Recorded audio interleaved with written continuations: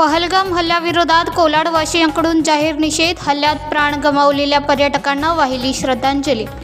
मंगळवार दिनांक 22 एप्रिल 2025 रोजी जम्मू काश्मीरमधील पहलगाम येथे भरदिवसा निर्भयपणे पर्यटन स्थळी आनंदाने फिरायला गेलेल्या निष्पाप नागरिक, लहान मुले, महिला, पुरुषांवर इच्छुकपणे अंधाधुंदी अत्याधुनिक AK-40 शस्त्राचा वापर करीत भ्याड हल्ला करण्यात आला.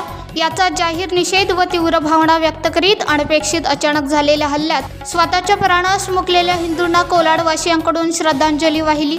तसेच हा भ्याड हल्ला करणाऱ्यांवर फाशीची शिक्षा द्यावी अशी मागणी कोलाडवासियांकडून करण्यात आली. तसेच मुर्दाबाद मुर्दाबाद, पाकिस्तान मुर्दाबाद अशा घोषणा देण्यात आल्या. यावेळी सकळ हिंदू तसेच सर्वपक्षीय कार्यकर्ते, नितीन मोहिते यांची टीम तसेच महेश स्वामी जंगम, नारायण धनवी, चंद्रकांत लोखंडे, विजय शिंदे, एकनाथ बागुल, विकास बागुल, भरत सांताबेकर, कुमार लोखंडे, संतेश लोखंडे, डॉक्टर विनोद गांधी, जितू मेहता, महेंद्र वाचकवडे, गणेश वाचकवडे, शैलेश सानप, अमोल बाईत, प्रमोद लोखंडे, श्री कुशवाहा, सतीश देशमुख, भावेश जैन, निलेश गांधी, मानसूर अधिकारी, राजा जाधव, अजित दहिंबेकर, सदानंद साळुंके, सौ शिंदे, असंख्य व्यापारी वर्ग, रिक्षा, मिनिडोर संघटनेचे असंख्य पदाधिकारी व सदस्य उपस्थित होते. तसेच यावेळी अनुचित प्रकार घडू नये म्हणून कोलाड पोलीस ठाणे सहाय्यक पोलीस निरीक्षक नितीन मोहिते यांच्या मार्गदर्शनाखाली कडेकोट पोलीस बंदोबस्त ठेवण्यात आला होता. स्वराज लाईव्हसाठी प्रतिनिधी अजय परदेशी, रोहा, रायगड.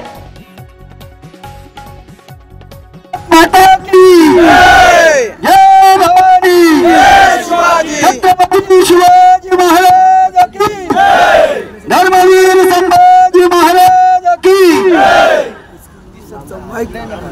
आताच 2 दिवसापूर्वी पहलगाम येथे जो काही दहशतवाद्यांनी जो हल्ला केला, तो हल्ला एक वेगळ्याच प्रकारचा होता. तो म्हणजे त्या ठिकाणी कोण आहेस, हिंदू आहेस का असं विचारून त्यांनी गोळ्या घातलेल्या आहेत.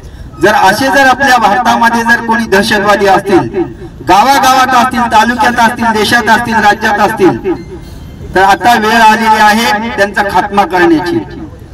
तो हल्ला झाल्यानंतर पाकिस्तान आयुक्तालयामध्ये केक आणला होता, केक कापण्यासाठी.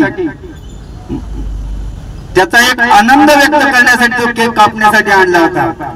आता एक मोदी साहेबांना विनंती आहे, हा केक कापायचा नाही तर आता पाकिस्तान कापून टाकायचं आहे.